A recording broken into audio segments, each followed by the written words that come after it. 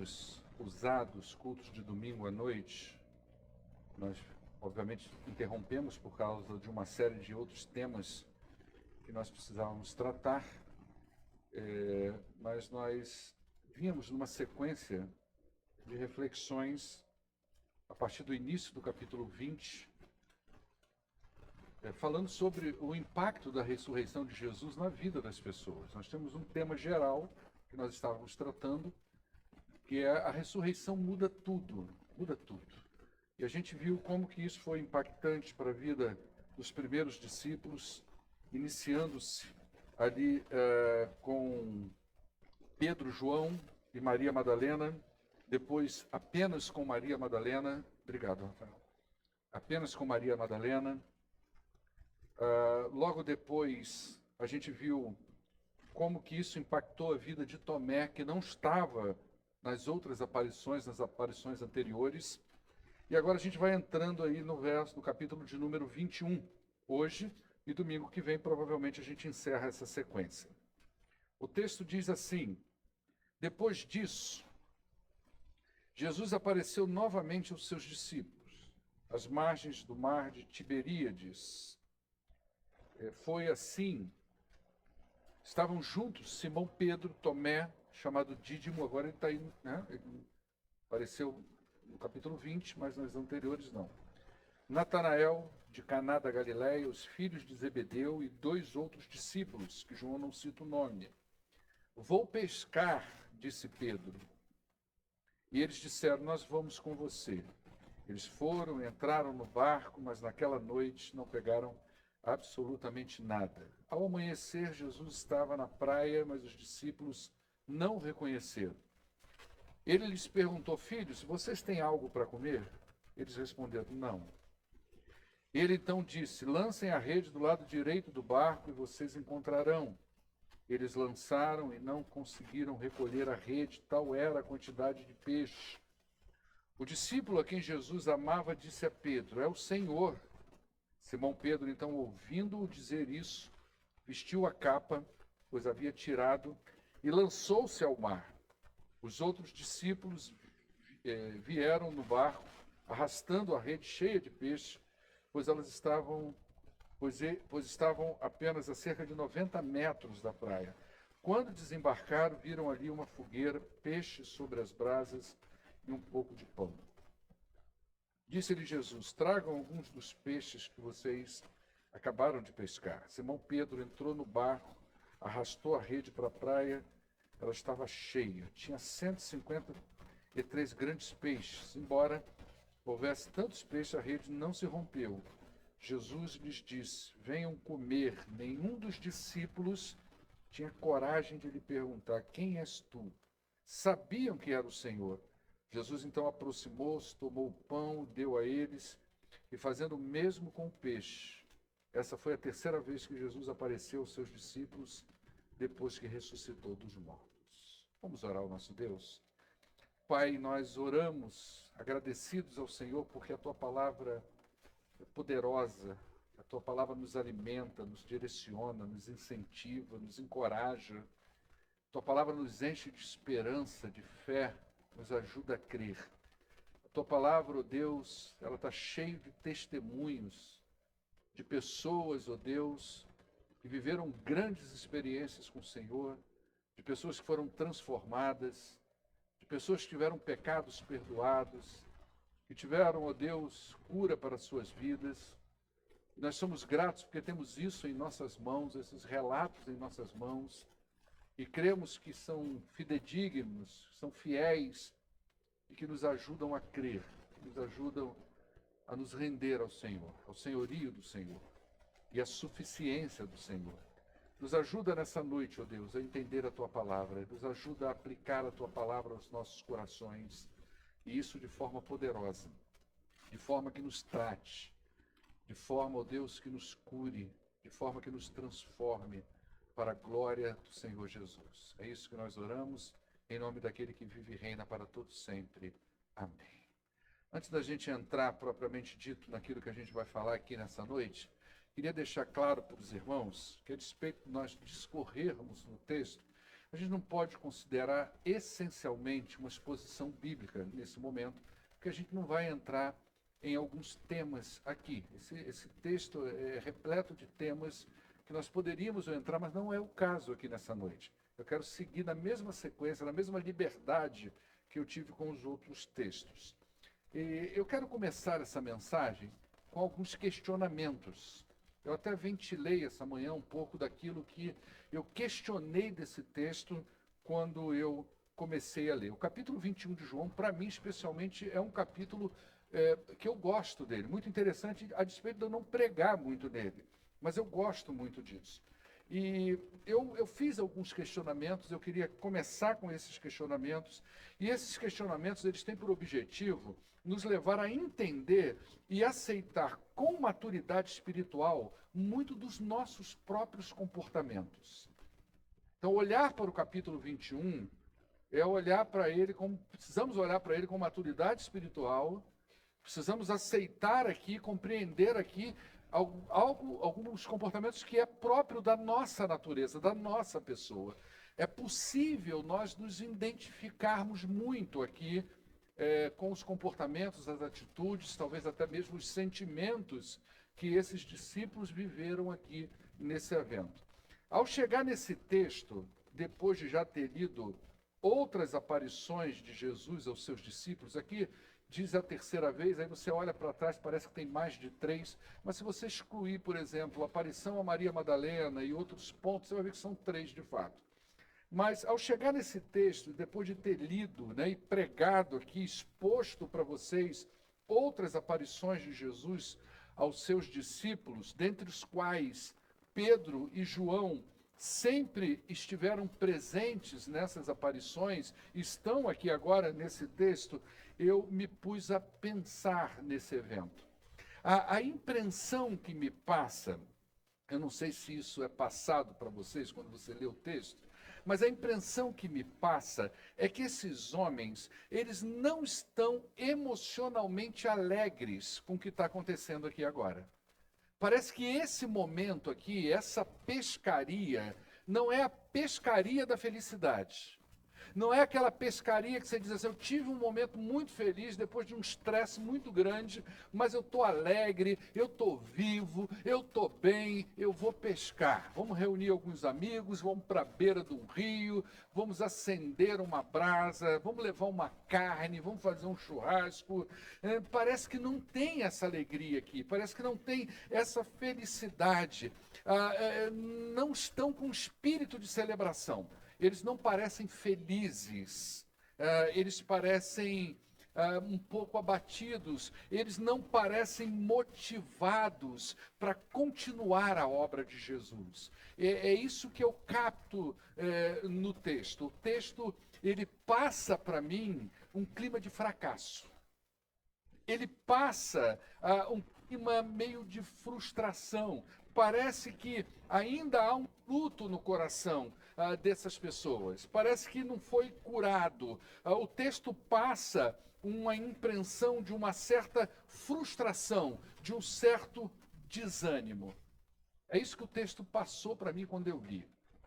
E a minha pergunta inicial ao ler esse texto, antes de escrever qualquer coisa, antes de pensar qualquer coisa, mas apenas me identificando com o texto, tentando entrar no coração, na mente ou no ambiente que isso estava acontecendo, a pergunta que veio na minha cabeça foi a seguinte: como é possível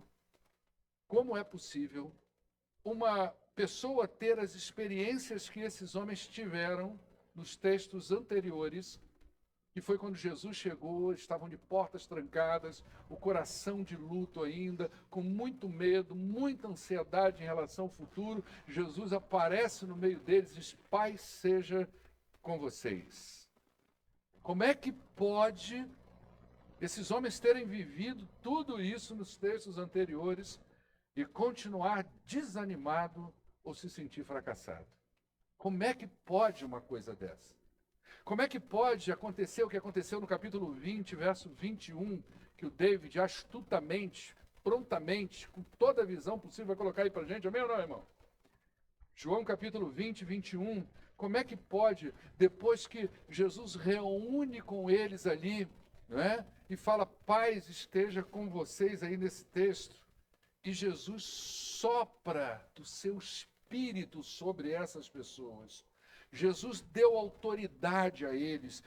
Jesus deu poder a esses homens. Jesus confiou a esses homens uma missão, mas eles são a cara do fracasso. Já pensou nisso? Eles viram coisas inimagináveis. Eles viram coisas que provavelmente, se Jesus não voltar antes, nós nunca teremos o privilégio de ver o que esses homens viram. Mas naquele momento eles eram a cara do fracasso. Eu não sei quanto a você, mas talvez você já deva ter se sentido assim. Você é crente. Você vem à igreja todo domingo.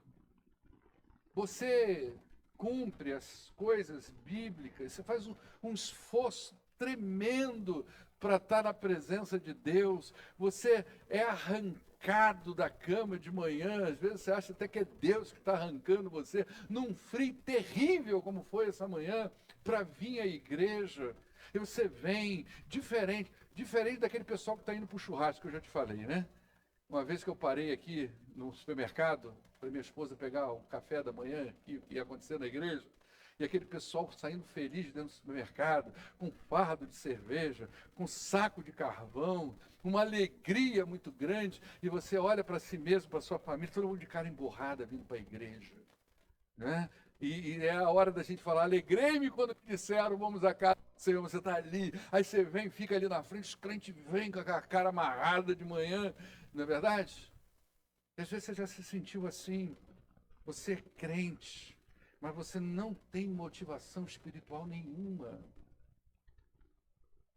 Você é um salvo, mas você sente ou se sente um fracassado espiritual.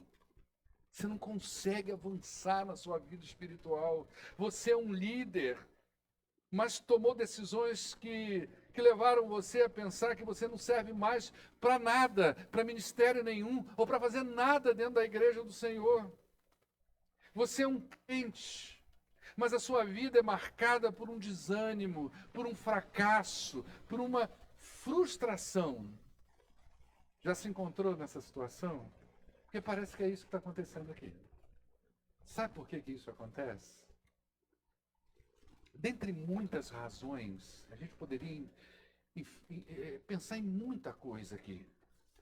Mas sabe por que isso acontece? Olhando principalmente para a vida desses homens aqui, que andaram com Jesus, que não viram só o Jesus ressurreto, mas viu Jesus ressuscitando pessoas, que viu Jesus curando pessoas, que viu Jesus multiplicando pães e peixes. Esse episódio aqui é totalmente familiar, porque já viveram isso no início, quando Jesus chamou eles.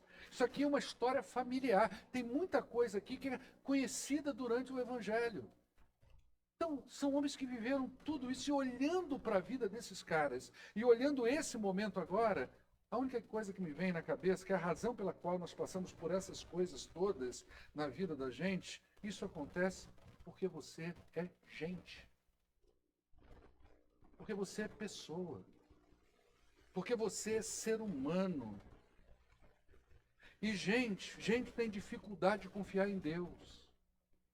A gente tem um chip queimado dentro da gente, que por mais que a gente veja coisas extraordinárias de Deus, parece que a gente tem uma dificuldade incrível de confiar.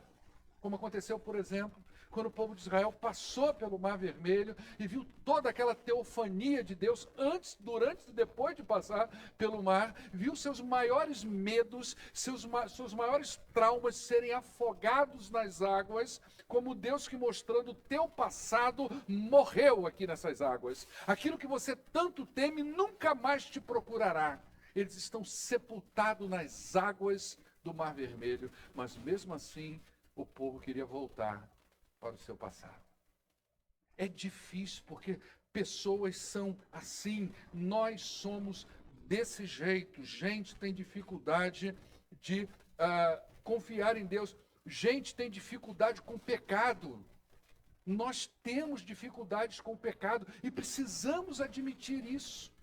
Por mais que a gente leia as Escrituras, por mais que a gente veja a condução que Deus quer para nós, o que Deus espera de nós, o que Deus nos ordena, o que Deus diz para a gente não fazer, e aquilo que Ele diz para a gente fazer, e aquilo que a gente fica em cima do muro, porque existe um pecado também muito descrito na Bíblia, que muitas vezes não é muito falado, que é o pecado da omissão, que é aquilo que eu sei que eu devo fazer, aquilo que eu entendo que eu fui chamado para fazer, mas eu não faço.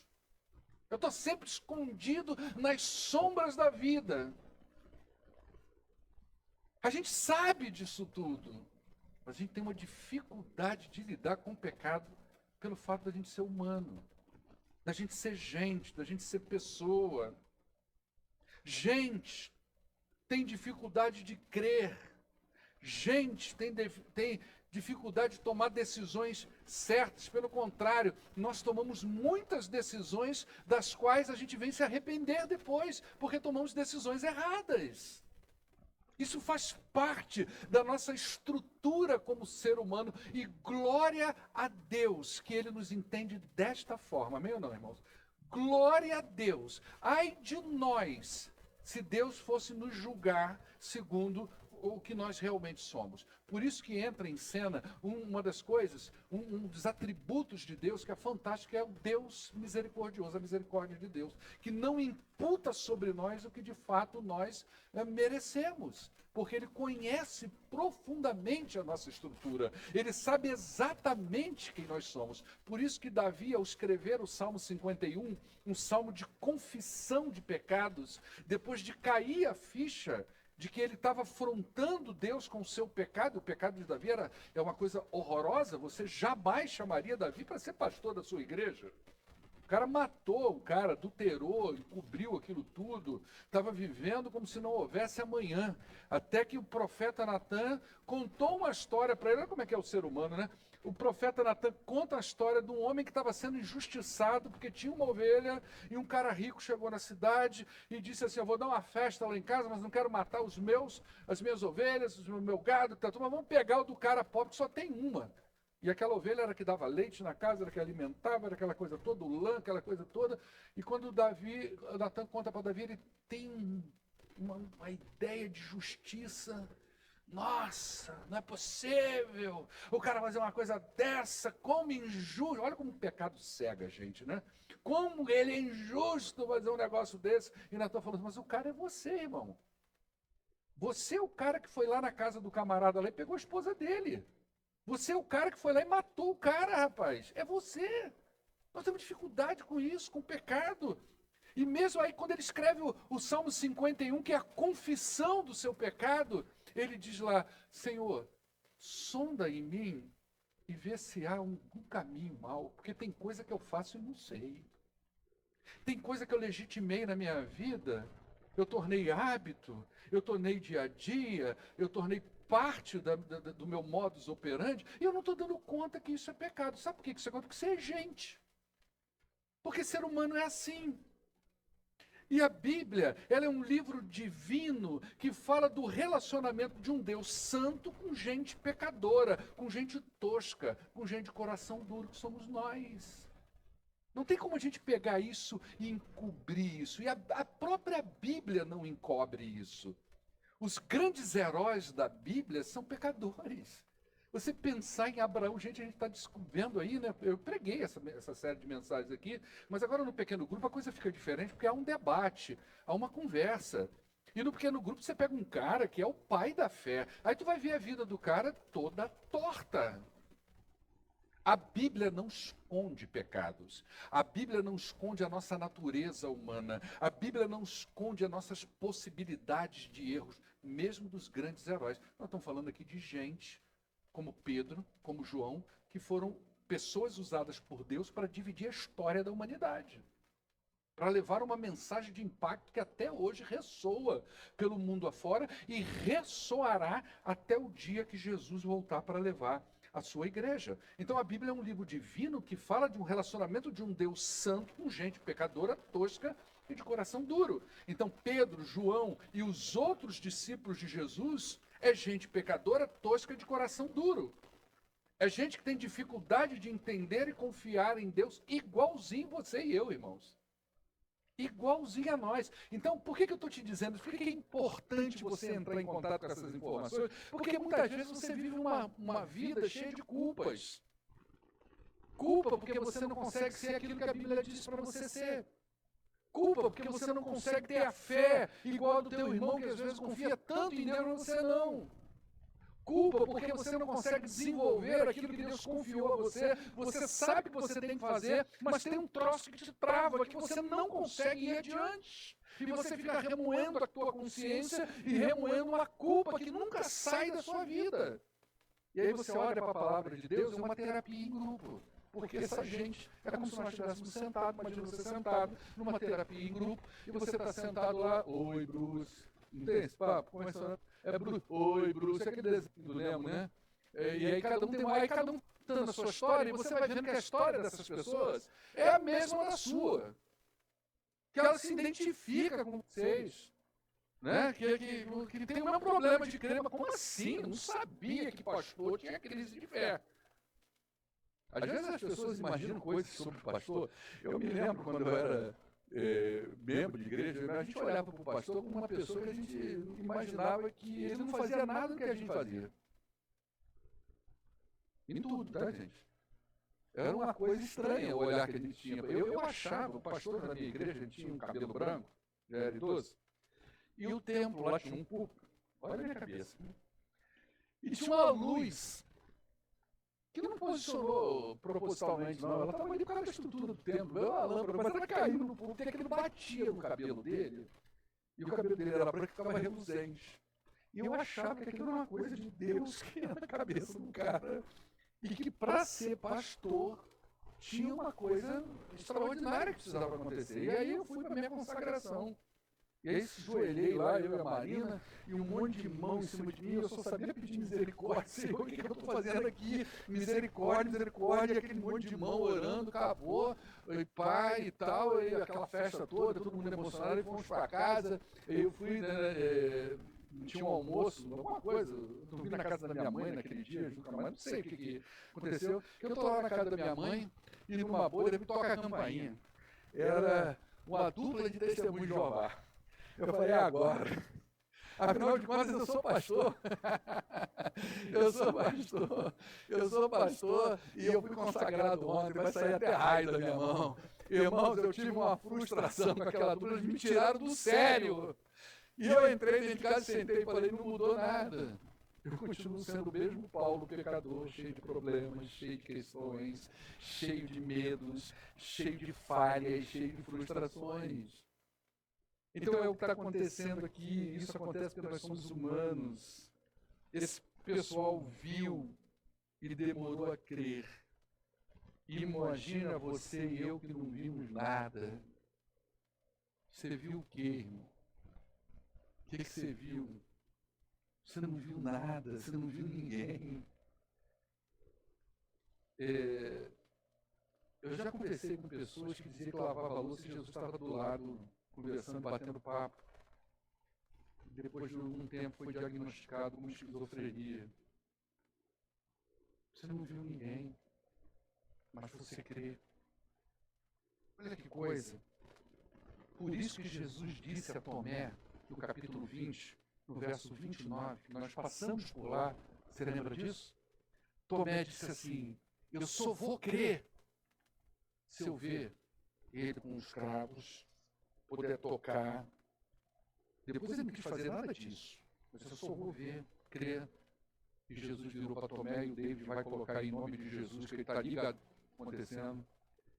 E ele colocou lá no verso 29, capítulo 20, verso 29, ele disse assim para Tomé, porque você me viu, você creu? Bem-aventurado aqueles que não viram, mas creram. Sabe quem são essas pessoas? É você, meu irmão. A sua fé é maior. Imagina que você sai da sua... Você vem para esse lugar crendo em quem você nunca viu. A sua fé é maior do que a deles, porque eles precisaram ver um monte de coisa, viu? Eles precisaram ver Jesus ressurreto e mesmo assim estão no fracasso. Você não viu ninguém, você não viu nada, você não teve nenhuma teofania grande ainda assim na sua vida.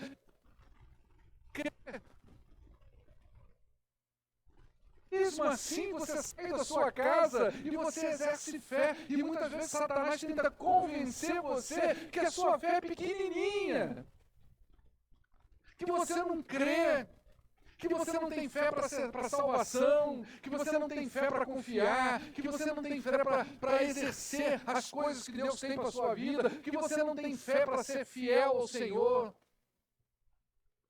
Você não viu ninguém, e Jesus disse, é você que tem muito mais fé, você que não viu, mas você crê. O capítulo 21 de João é um texto de restauração de fracassado. É um texto em que Jesus estende as mãos para pessoas que fracassaram com ele. É um texto de cura. Você imagina que esse Pedro, que todo alvoroçado, foi o cara que negou Jesus 3 vezes. E essa turmazinha que está ali pescando é a turma que, quando Jesus foi capturado e começou a ser levado para a cruz e martirizado, vazou todo mundo. Só as mulheres acompanhavam aquele negócio ali. As mulheres são mais corajosas. Mas os homens, todo mundo deu os calos. É um texto de cura. Jesus está estendendo a mão para pessoas que abandonaram ele. Esses homens jamais impactariam o mundo com a mensagem da cruz do jeito que eles estavam. Eles precisavam de um tratamento de Jesus. E aqui vai outra verdade para nós hoje. O tratamento de Jesus não é para você se sentir bem acomodado onde você está. Às vezes as palavras que eu estou dizendo para você aqui agora está dando paz no seu coração, está aliviando sua consciência, mas não é aí que Jesus quer você. A cura de Jesus é para você fazer de você uma pessoa forte, para impactar pessoas com o Evangelho, para o exercício da sua missão. Não é só para você sentir paz e permanecer onde você está. Não é para isso. É para andar. A restauração é para a missão. E a gente precisa entender isso. Não é sobre nós, é sobre o que acontecerá na nossa vida, ou melhor, o que acontecerá na vida de outras pessoas através da nossa, que foi tratado e curado por Jesus. Então, o capítulo 21 vai mostrar como Jesus restaura os seus discípulos e como Jesus vai preparar essas pessoas para uma missão futura. Porque o tratamento de Jesus, ele redefine a nossa história, ele redefine os nossos rumos. Então, a história dessas pessoas, o rumo de vida, a perspectiva de futuro, tudo está sendo redefinido, porque eles estão indo pescar. Essa ida para a pescaria não é vamos ali pescar, não é. Eles estão voltando para a vida antiga. Eles estão voltando para os seus trabalhos. Não foi isso que Jesus ordenou para eles. Eles estão voltando à vida antiga. É como se eles estivessem voltando aos seus antigos empregos. É um retorno à vida diária. É um retorno à vida. Eu vou falar um pouquinho disso mais na frente. E não é isso que Jesus planejou para a vida deles. Há uma redefinição que Jesus vai fazer com eles. Então, o cenário aqui é muito significativo. A ressurreição já aconteceu, os discípulos já viram Jesus, as promessas já foram confirmadas, mas eles não sabem exatamente como seguir adiante. Então, eles estão ali ainda na confusão da vida. Carson, ele comentando sobre esse texto, ele diz que João 21 demonstra que a ressurreição não apenas prova quem Jesus é, mas ela também redefine a vida daqueles que seguem a Jesus. Quando nós entramos em contato com Jesus ressurreto, a nossa vida vai tomando rumos diferentes. Então, aqui nesse texto, nós temos discípulos confusos, nós temos redes vazias, jogaram, não pegaram absolutamente nada. Nós temos Jesus ressuscitado que continua cuidando do seu povo e ali naquele momento, especialmente dos seus discípulos.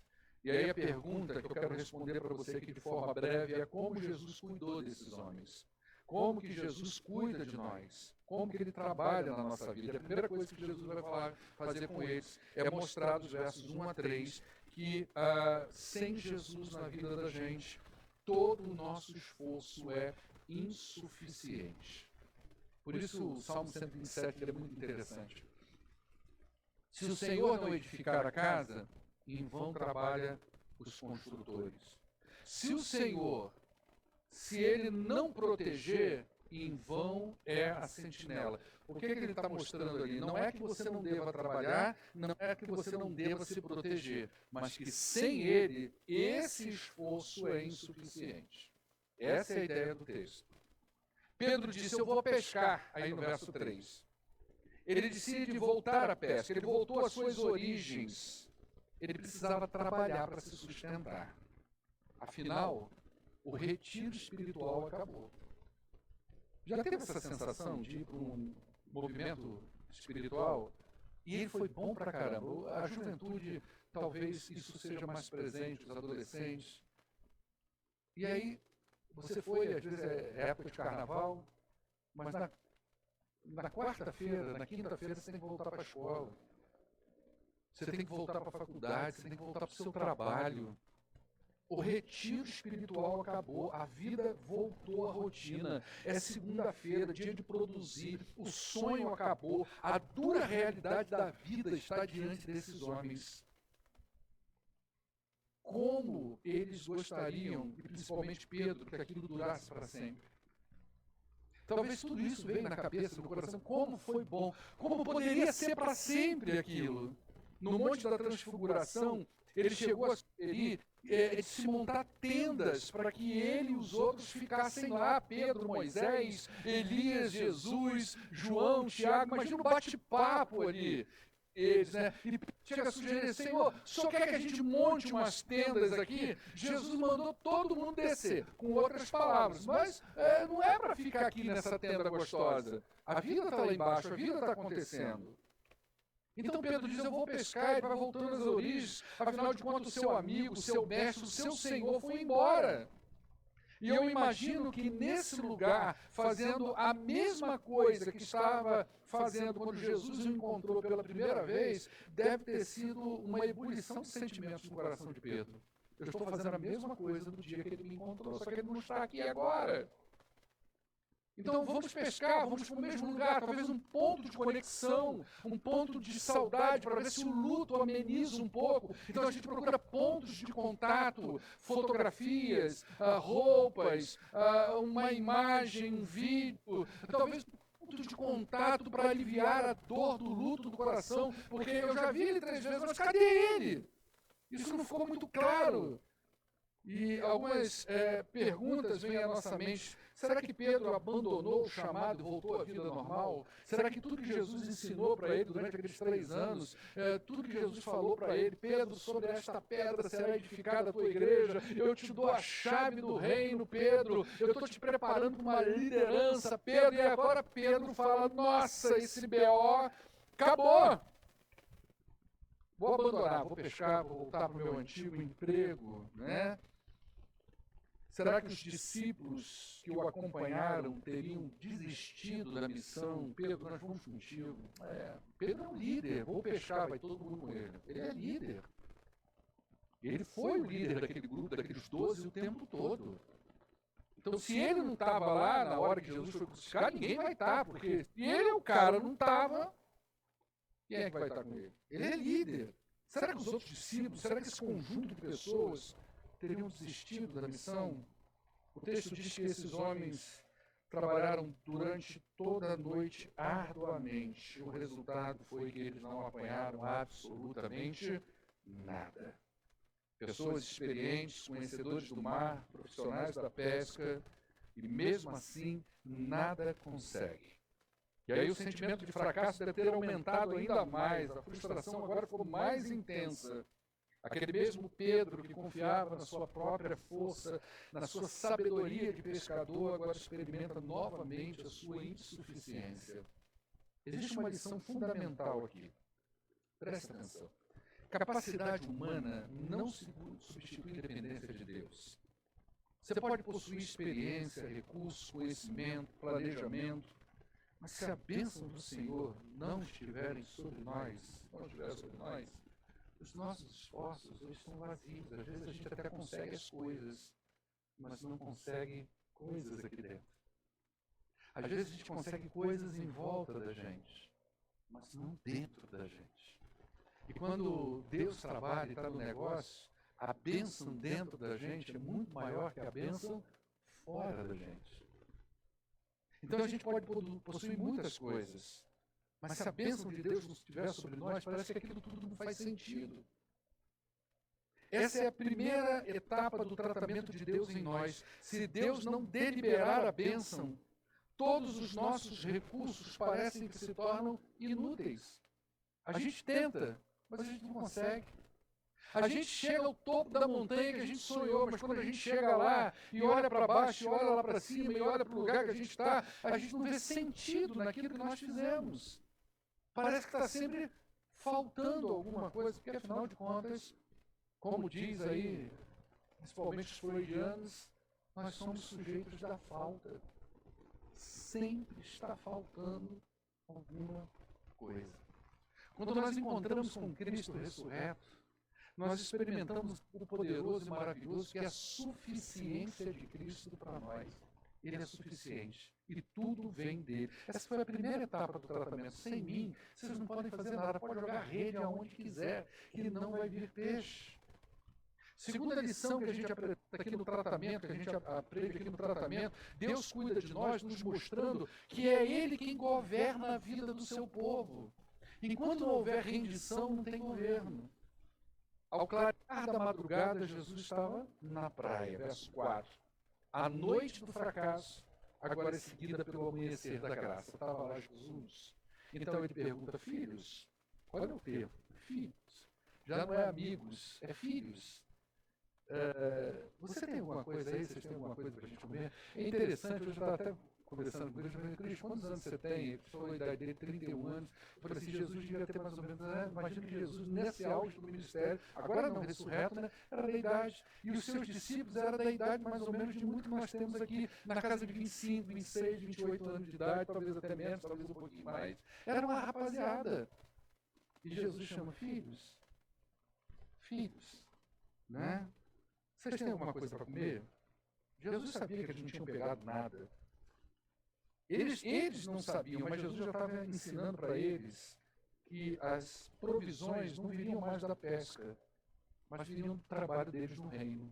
Olha que coisa interessante. A provisão da vida daqueles homens não viriam dos seus trabalhos. Eles podiam trabalhar o tempo todo, aquilo não ia sustentar mais a vida deles. O que sustentaria eles, a família deles, era o reino. A resposta, então, é curta, não.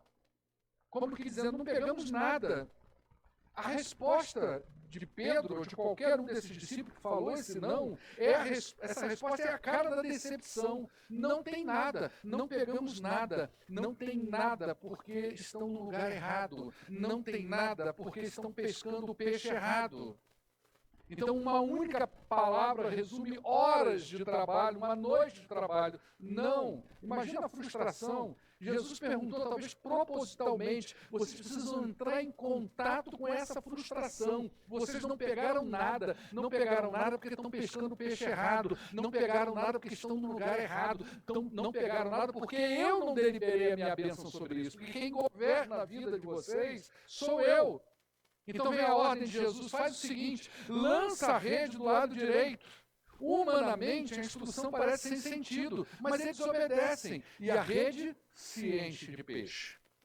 A provisão não está no pescador, mas está em Jesus. É Ele quem vai dar as ordens, é Ele quem governa, é Ele quem vai sustentar. Gente, existe uma lição aqui para nós, bacana, estou aplicando isso a vocês, mas para a igreja como um todo, nós que somos membros aqui dessa igreja. Leon Morris, um grande comentarista da área eclesiástica, ele diz que o milagre revela a missão da igreja, que ela depende inteiramente da direção e do poder de Jesus. A gente pode criar métodos, a gente pode fazer várias coisas, mas toda a direção da igreja, toda a prosperidade de uma igreja, ela vem única e exclusivamente da bênção que Deus delibera no seu povo. E essa bênção, ela vem sobre a igreja quando Ele está governando a igreja. Então nós sempre precisamos abrir o espaço para que o governo seja de Cristo e não nosso.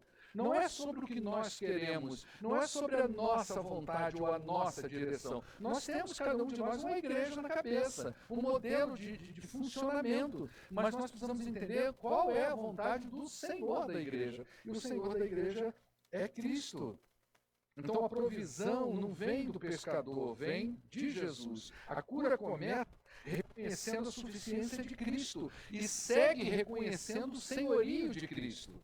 Então a vida de um crente não pode estar debaixo do governo de Deus só por palavras. Precisa estar debaixo do governo de Deus de forma real.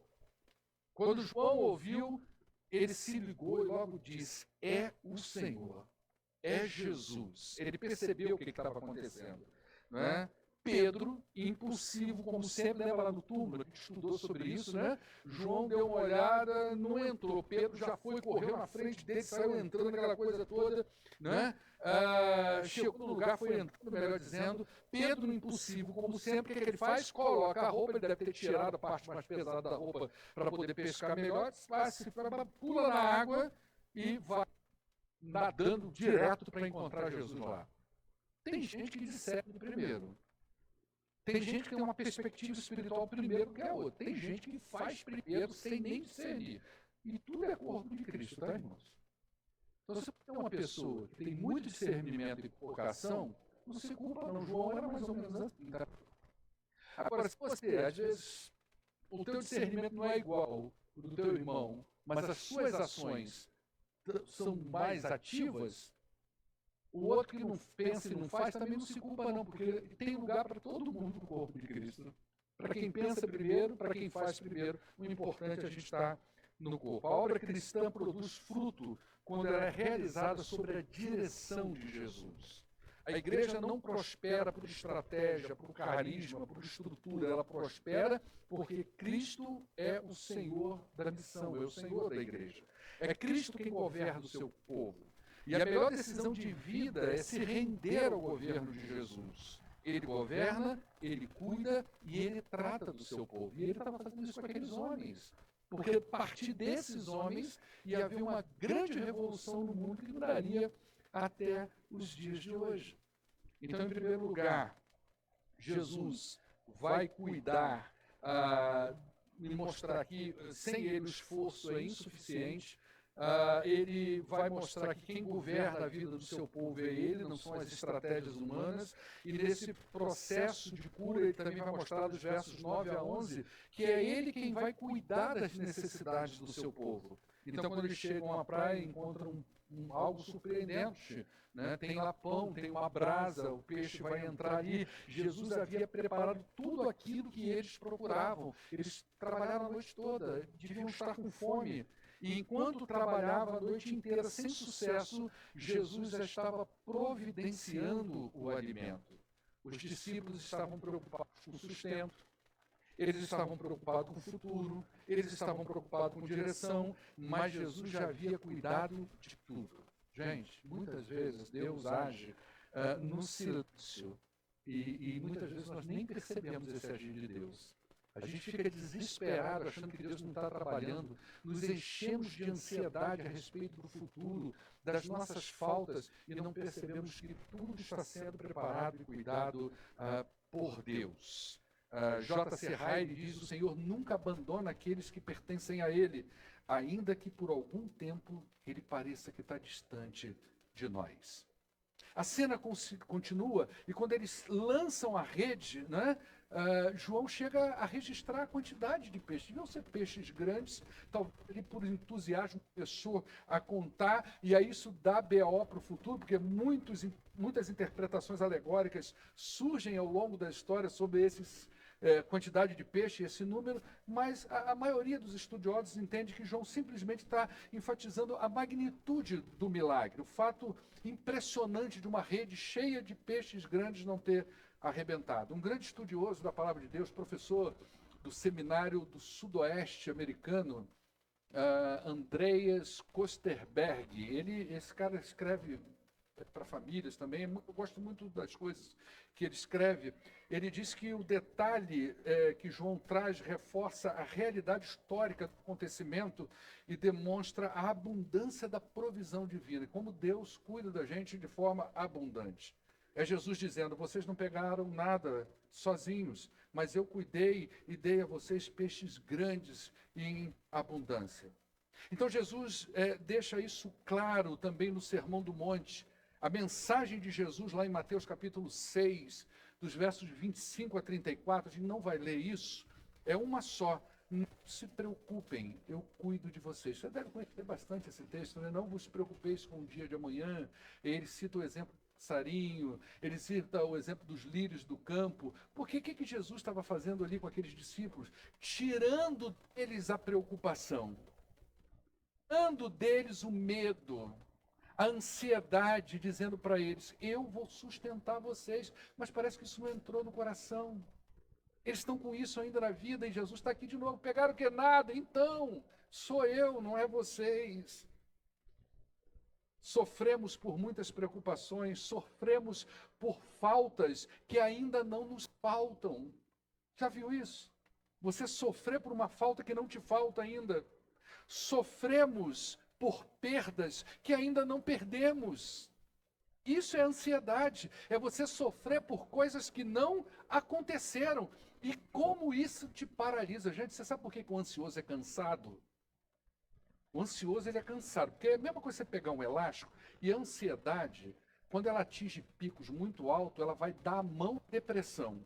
E os dois vão andar juntos. Ansiedade e depressão são comorbidades, que às vezes a pessoa, para você tratar, você tem que saber o que é que está liderando aquilo ali. Se é a depressão, se é a ansiedade. Você não sabe.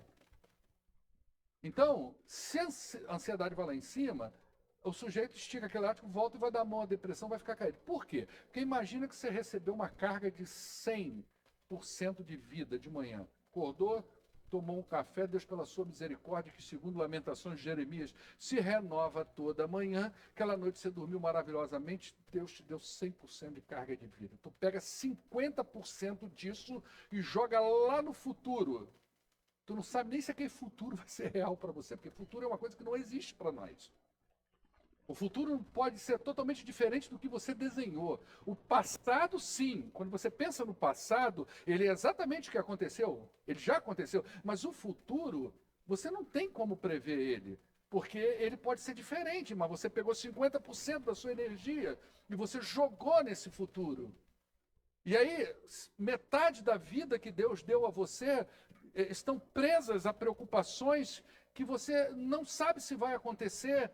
E você não sabe se essas preocupações, essas coisas acontecerem, você não sabe se acontecerão do jeito que você prevê, que normalmente é de forma catastrófica. O ansioso pensa catastroficamente. O mundo vai ser horrível, vai ser uma coisa, né, vai dar tudo errado. E aí você vive com 50% do seu presente. Imagina uma pessoa vivendo com metade da vida. Ela que é a pessoa cansada, sofrida. Deus está tratando das nossas ansiedades. Deus está tratando dessa gente, ensinando para nós aqui hoje. O futuro pertence a Ele. Sofremos porque temos dificuldade de confiar que Jesus pode cuidar das nossas necessidades. Então comece hoje mesmo a confiar em Jesus. A palavra de Deus no Salmo 37, no verso de número 5, diz assim: entrega o teu caminho ao Senhor, confia nele. E aí eu vou usar até uma linguajar antigo aí, da sua Bíblia mais antiga. Não precisa mudar não, tá dele? Tá certinho.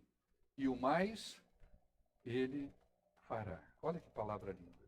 A sua incredulidade dificulta o cuidado de Deus sobre a sua vida. Confie, irmão.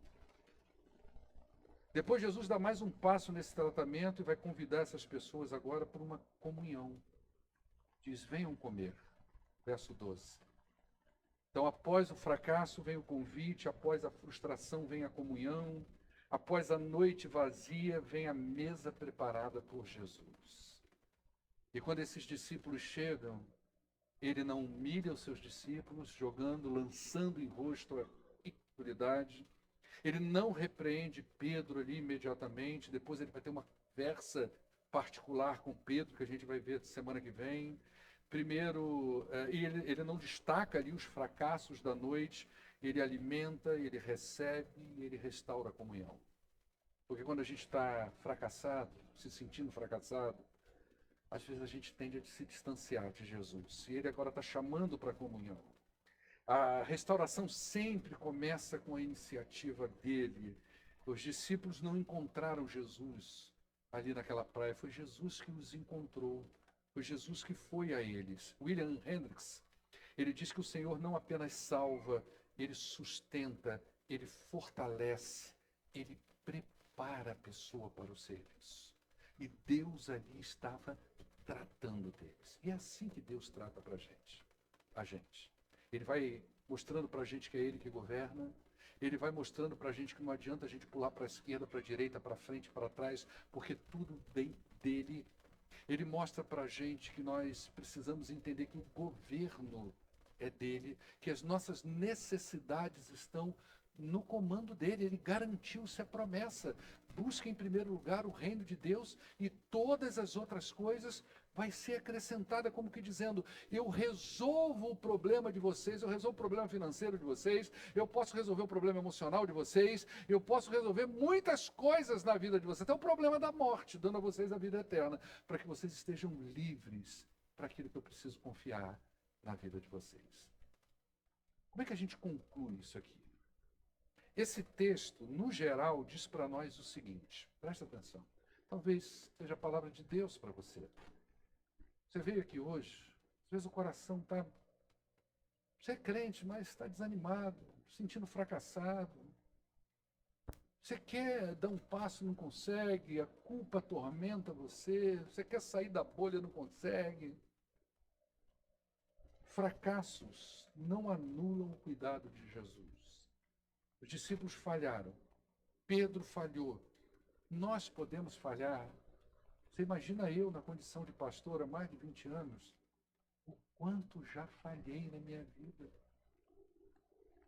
Quantas vezes eu chego em casa e viro para minha esposa e digo, tem certeza que a gente está fazendo a coisa certa, no lugar certo, na hora certa? Tem certeza que houve um chamado? Por que isso acontece? Por que esses pensamentos vêm à cabeça da gente? Porque a gente é gente. A gente tem dificuldade de lidar com fracasso. Mas fracassos não anulam o cuidado de Deus sobre nós, não anulam a restauração que Cristo quer nos dar. Cristo não os abandonou. Nossas quedas não surpreendem o Senhor. Não surpreendem. Ele já sabe que vai ser daí. Jesus já sabia que ia ser daquele jeito. Ele pegou 12 improváveis, foi embora e sabia. Tanto que depois da ressurreição, gente, a gente viu isso em Atos, foi mais 40 dias, se eu não me engano, de intensivão com essas pessoas para ver se pegava no tranco. Porque se deixassem ele, ia tudo... Ó. Então nossas quedas nos surpreendem o Senhor. Satanás quer desanimar você com o seu fracasso. A frutificação depende da presença de Jesus. Sem Jesus, as redes permanecem vazias e toda a obra espiritual genuína, ela depende da ação de Deus, tanto na igreja quanto na nossa vida individualmente. Jesus continua governando a nossa vida em circunstâncias comuns. Ele está presente no barco, no trabalho, nas crises, nas incertezas. Nada escapa do governo de Jesus. Antes de nos enviar para qualquer coisa, esse texto nos mostra que Jesus nos alimenta. O Senhor deseja comunhão antes do desempenho. Diz, não, eu quero fazer. Não, primeiro você precisa restabelecer a comunhão. Depois da comunhão, vem o desempenho. O discipulado começa na mesa com Jesus, antes da gente caminhar para aquilo que Jesus quer que a gente faça. A gente precisa ter comunhão com Ele primeiro. João 21, texto que a gente leu, de 1 a 14, nos mostra um grupo de discípulos cansados, frustrados, sem respostas, desanimados, mas também nos mostra um Salvador ressurreto, que aparece nas madrugadas da vida, que enche redes vazias, que prepara um banquete para o seu povo, que restaura corações abatidos. Isso é Jesus, Jesus das Escrituras. O Cristo ressurreto continua presente, governando, provendo, sustentando o seu povo, mesmo quando o seu povo experimenta noites de fracassos e de incertezas, porque ele não abandona o seu povo. Quando nossas redes estão vazias, Jesus nos lembra que a verdadeira suficiência não está na nossa capacidade, mas na sua presença, na sua direção e na sua graça. Amém? Vamos orar ao nosso Deus. Bate sua cabeça. Quem sabe essa palavra falou ao seu coração hoje. Quem sabe hoje você entendeu a graça de Deus sobre a sua vida. Quem sabe hoje você entendeu que você é gente pecadora, que Jesus compreende você, que é poderoso para restaurar a sua vida, te preparar para aquilo que Ele realmente te chamou para fazer. Talvez você entrou hoje aqui desanimado, cansado, frustrado, mas ouviu essa palavra. E hoje Jesus está dizendo para você, joga a rede do lado direito. Não está funcionando de um lado, joga do outro. Eu estou aqui, vem para a comunhão comigo. Tem mesa preparada para você, tem peixe fresco, tem pão fresco, tem a minha suficiência na sua vida. Quem sabe não é hoje, o dia que a chave espiritual vai virar. Você quer dizer hoje para Jesus, Senhor, meu coração está aberto. Eu tenho jogado rede para tudo que é lado, Jesus, e não vem nada. Eu me identifico com esses discípulos, o coração parece estar vazio, o desânimo está batendo, a frustração está à porta. Mas hoje, Senhor, eu quero sentar na mesa com o Senhor. Eu quero desfrutar daquilo que o Senhor coloca diante da minha vida. Eu quero me alimentar da Tua presença. Eu quero restaurar a comunhão. Eu quero alimento espiritual, Senhor. Por isso hoje, ó Deus, muito humildemente, eu quero sentar na Tua mesa. Você quer isso? Quero orar pela sua vida. Eu não vou pedir que você saia do seu lugar, não vou citar seu nome. Você vai fazer apenas um sinal com uma das suas mãos, levantando ela, para que eu entenda que você hoje está compreendendo isso. Graças a Deus, pode baixar lá em cima, já vi suas mãos, aqui embaixo também já vi. Graças a Deus, já vi lá atrás também, tem mais aqui na frente, já vi você também. Tem mais. Você quer dizer para Jesus, Senhor, eu quero sentar na tua mesa, a vida está difícil. Eu sou crente, eu vou na tua casa diariamente, mas está faltando alguma coisa, tem um buraco aqui que não está fechando. E eu preciso sentar nessa mesa, eu preciso me alimentar desse peixe, eu preciso desse rechamado na minha vida espiritual.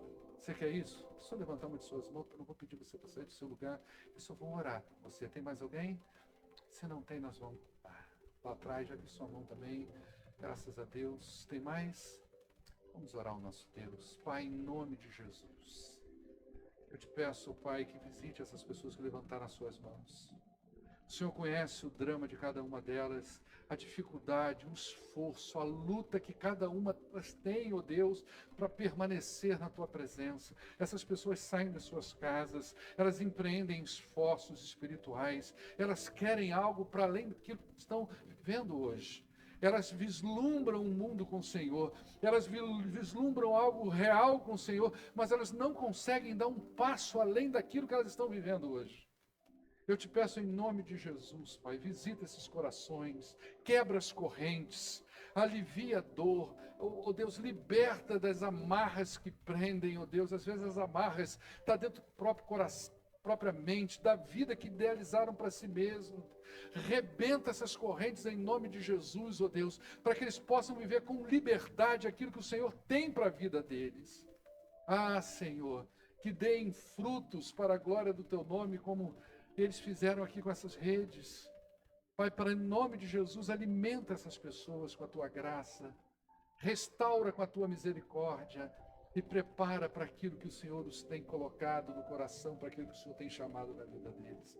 Em nome do poderoso Jesus é que nós oramos, hoje e sempre. Amém. Vamos ficar de pé enquanto você fica